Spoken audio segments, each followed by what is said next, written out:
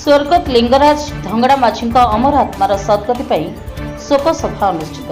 कलाहांडी जिला कोकोसरा ब्लॉक लडुगां ग्राम पंचायत सुनामल ग्रामर विशिष्ट समाजसेवी स्वर्गत लिंगराज धंगड़ा माझी वियोग शनिवार काउडोला धानमंडी ठारे कोकोसरा ब्लॉक आंचलिक डंब समाज पक्षर एक शोक सभा अनुष्ठित हो जाइछि।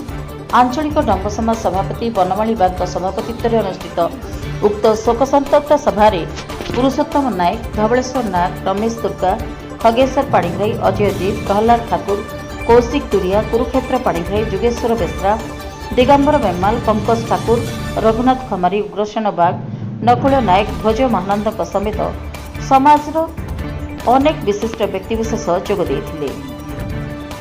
स्वर्गत लिंगराज धंगड़ा माझी जीवनी और कार्यकलाप पर विशिष्ट व्यक्तिविशेष माने निज निजर मत व्यक्त करथिले। से जड़े दक्ष, शांत, सरल, निष्ठाभाषी जड़े सुसंगठक थिले। उक्त सभा को गोवर्धन बेमाल परिचालना करथिबा बेले अजय देव धन्यवाद अर्पण करथिले।